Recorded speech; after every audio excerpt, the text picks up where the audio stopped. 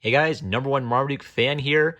My library got in more of Delicious in Dungeons. So after about a year, we are continuing our series of informal reviews of this fantastic uh, Dungeons and Dragons plus food porn, but it's actually a legitimately good epic fantasy adventure story series. And we're also going to do our quick joke quote unquote review of Case Closed. The manga's so perfect it's impossible to review, and I can't really talk about it because that would spoil it. So you've just got to go trust me and read it. Now, I've been forgetting to do this, but another thing about this series I really dig is Gosho Aoyama recommends some kind of mystery or spy or detective character every volume. And since there are basically like 100 volumes of this, that basically means a cool side benefit of reading Case Closed is you get a really excellent reading list of both famous and obscure mystery and detective characters from someone who has probably read every mystery story in existence. So look, it's Sean Connery's James Bond. Not the first thing that pops into my mind when I think of detectives, but yeah, in a sense, Bond is a kind of a detective. So if it's not something famous you already know, like Sean Connery's James Bond, it'll probably be some like really obscure, like Edo.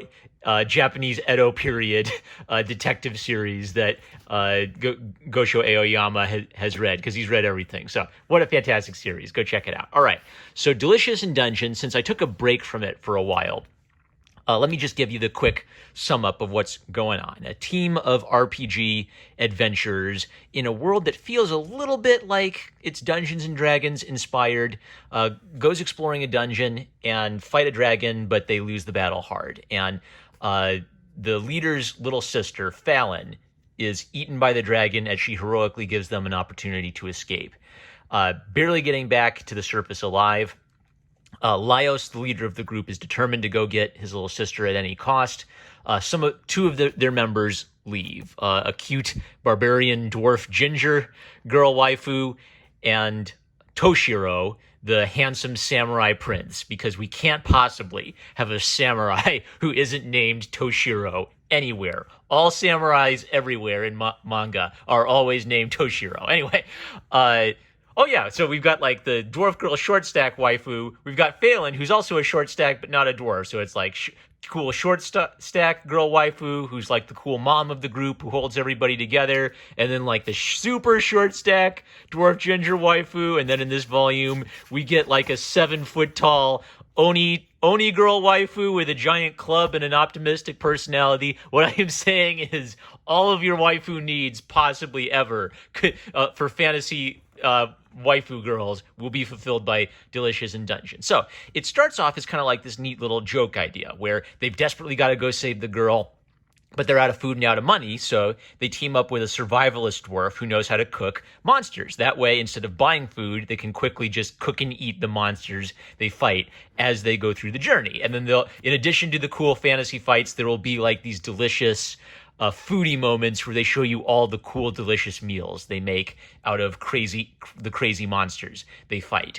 You know, first few I was thinking, ha ha ha, this is so silly, this is so specific. And then it becomes like a really genuinely good and beautifully illustrated and thoughtful fantasy adventure out of the blue. So all of the main characters get fleshed out a little bit. Laios is a competent fighter. He knows a lot about monsters, and his nerdy knowledge of monsters is very useful in battle, but he doesn't get people.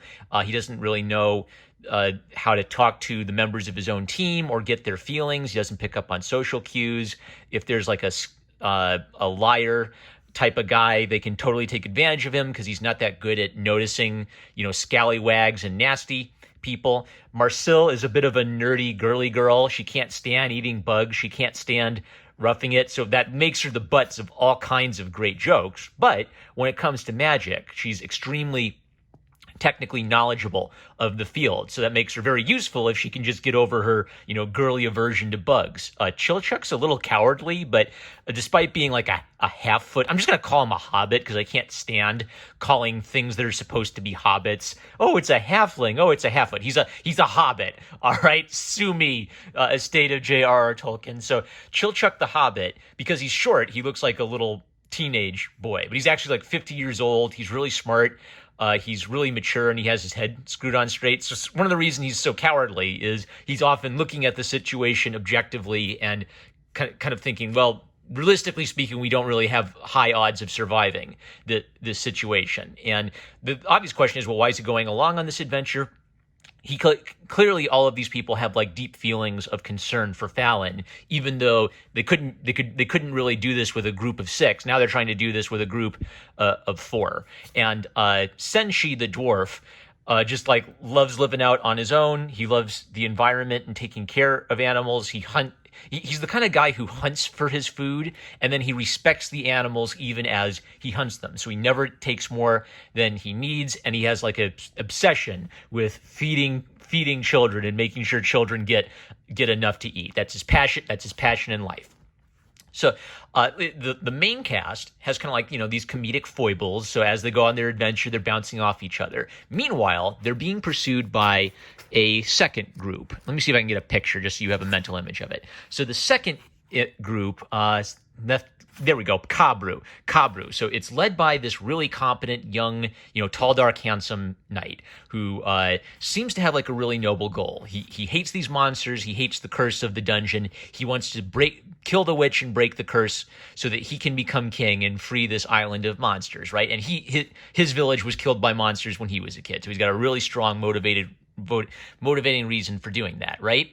Underneath that, though, is maybe a little bit of a judgmental or manipulative personality, where he believes in order to be ready to rule, you have to be intelligent and you have to be ruthless towards evil. So if he meets some thieves in the dungeon, he will murder them and he'll dump the bodies in the lake for the fishes to eat. And it's implied that if you die in the dungeon, your soul is going to float above your body forever, right? So if he thinks you're a thief, if he thinks you're corrupt, absolute, no mercy for them at all. Through a series of comedic misunderstandings, his team keeps dying and resurrected, and they mistakenly assume that Laios is responsible for killing them and that Laios' group is responsible for stealing them. So the buildup is, well, here's a guy who kills thieves, and he thinks our heroes are a bunch of thieves. So what's going to happen when he catches up with them?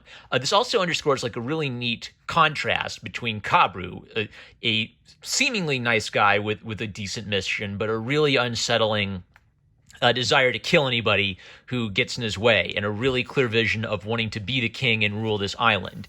With Laios, who's a nice guy but kind of a himbo, you can't stand trying to talk to him because he just doesn't get it, and he hasn't really put any thought into what would he actually do if he did break the curse of the dungeon. For him, he's just exploring around and having an adventure with his crew. Now, previous volumes have brought this out about Laios. He met the orcs. The orcs basically said, well, what are you going to do if you become king? Are you going to exterminate us? Because that's what a lot of these adventurers want to do. And so Laios just thinks about it and he says, well, I'm not sure what I'd do if I became king, but I promise you I'll start thinking about what to do if I actually break the curse. So he's kind of stupid when it comes to people, but he's sort of gradually becoming aware of his problem and that he has to be more considerate of his overarching goal. So the immediate goal is save our little sister.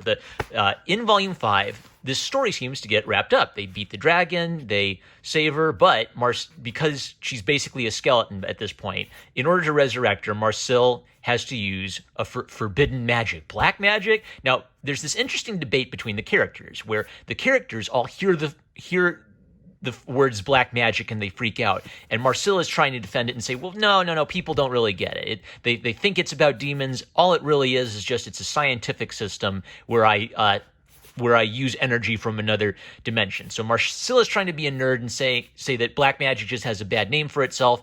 Everybody else finds it extremely taboo. So one interesting thing about this is it's acknowledging something that I think people who just read Harry Potter might miss. Because if you read Harry Potter, they just kind of hand wave the idea of black magic away. Whereas if you lived in a fantasy world, I guess there are characters like Merlin that are sort of in a gray area where Merlin's a Christian, but he's also a magician. So is it black magic, or is there such a thing as white magic or Christian magic? So one thing I like about this is Ryoko Kui is acknowledging that in a fantasy world, there would be like extremely controversial views about black magic. And it's kind of fun seeing the back and forth between Marcel and the rest of the group. It seems to work out okay. Fallon seems to be all right, back to normal, but Twisteroo, a dark elf, and presumably the evil magician, shows up and summons her. And the implication is that when they resurrected Fallon, they accidentally resurrected the dragon's soul in Fallon's body as well. So now Fallon has, in a sense, sort of become a human avatar of the evil magician's dragon. So they saved her once, and their victory got ripped away from them. Can they save our poor short stack, sweet mommy waifu material? So Volume 6 builds up this slide. So Toshiro, who brings along... by the way, Toshiro, when he left them, he's in love with Fallon, so he was never intending to leave Fallon behind forever. Basically, what's implied is Toshiro just didn't think that the main group had any chance in hell of actually saving her. So Toshiro comes back with his army of ninja girl waifus and the aforementioned Oni girl waifu. What a Chad. And this is a great setup. So when Toshiro finds out that they resurrected her with black magic, he's ready to kill Laios. He finally admits, Laios, I could never stand you because you just you were never able to communicate rationally with the rest of the team. You're so and you're always nice about it too. That makes it even worse. You never mean to be offensive. Meanwhile, Kabru is just sort of watching this from the sidelines, and it's a little unclear what he's thinking about. It's almost definitely implied that he is thinking about killing Laios, or at least having Laios arrested for using black magic. Because to Kabru, anyone who gets in his way, or anyone who isn't fit to rule this island, is weak, or he doesn't have a problem shoving them away. There's a really neat contrast where Laios is a little too inept to rule, but he's a good man. So that ironically would actually make him a good ruler. And Kabru is very eager to rule, and he has this will to power and to become the king. But he also has this malicious ruthlessness to him that might make him a cruel king. And then poor Fallon shows up, and oh no, she's been turned into a chimera. Now, I've highlighted this page because this is both a joke and it's a good character moment where Laios takes one look at her and says, "It's incredibly cool." So the joke is, this is absolutely horrible, and Laios is just overwhelmed by how cool it is. It is incredibly cool, and it actually underscores Laios' big character flaw, which is he's so nerdy about cool monsters that he misses the human impact of the situation, where his own sister's been turned into a monster, because he's so distracted by the cool, over-the-top, it's a cool monster of the situation. Basically, in his heart, Laios is still like a 6-year-old little boy who loves cool monsters, and he's never quite outgrown that. I love little details like this where they talk about the characters' backstories before the action of the story started. Toshiro admits that he fell in love with her, with Fallon, because he once saw her playing with a caterpillar and becoming really interested in it. And he thought, oh, wow, other girls would get scared of a caterpillar. So he immediately asks her to marry him, because that's just how things are done in his culture. They call them Easterners. It's very clearly a sort of samurai era Japan is the inspiration for Toshiro's culture. And then finally, Toshiro says, well, now you guys have done black magic, so I'm going to have to go again to consult with the Western elves and see if they have any advice on how to undo this black magic. So if you guys still want to go on, that's up to you. But I'm going to try to figure out what to do on my end. So just when it seems like they have like a giant team of cool fighters ready to go, Fallon the dragon shows up and absolutely decimates them, right? So you feel like, oh, they're super strong now, they can do this. Nope. Wham, they get absolutely crushed. And then the tiny little group goes off all by itself again, desperately trying to save Fallon. We have this palpable sense that there's no way they can do this. They couldn't even do it at full strength. How are they supposed to do it at half strength? Then one of what's it? One of Toshiro's cat girls catches up with them, asked to join their group because she's basically under like a curse that makes her a slave to the other ninja girls, and it's just this neat thing where she's a cat girl, right? And think, oh, it's a cool cat girl, but no, it actually isn't cool to be a cat girl in this world. It's a curse, and it basically means your soul has been adulterated by an animal's soul, and most of the people who have that would desperately like to be free from that. But Marcel explains that, well, it's like trying to unmix soup. Once a soul is corrupted or mixed with something, our healing arts and our magic arts has no way of undoing that once it's done. In addition to the main plot, there are excellent little short stories that, are kind of like building up the theme of them going deeper and deeper into the dungeon and encountering cool different monsters. These always have an air of just the monster itself is really cool. It has some neat magic attack. It, disrupts the group in some cool way, and they've got to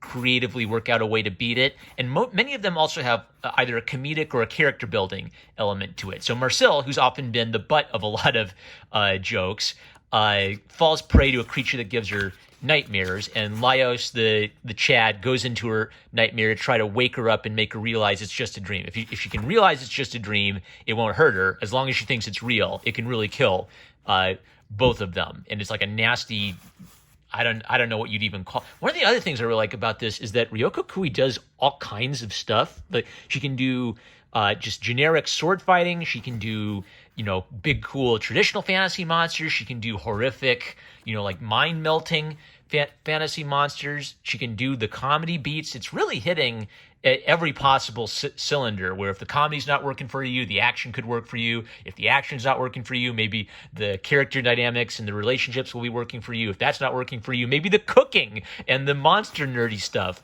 will do it for you. It's just got so many great elements all working together. But anyway, this whole little chapter basically serves to underscore something about Marcel, which is that she's an elf. She'll live to be about 500. Most of the people she knows are going to die of old age around her. So in her dream, she keeps running away, and she outruns everybody else, and everybody else grows old until they're too old to run, and the monster catches them, right? So there's some really like primal deep stuff. And what's interesting is it's combined with a character like Marcel, who's usually like, the poor goofy girl who is constantly getting bitten and turned into stone by monsters, or is having to dress up in a frog suit so that they can repel other kinds of monsters who hate frogs. So even the goofy characters get like these really deep elements to them that's very surprising and very meaningful. So it's just so surprising. It's creative. It's creative both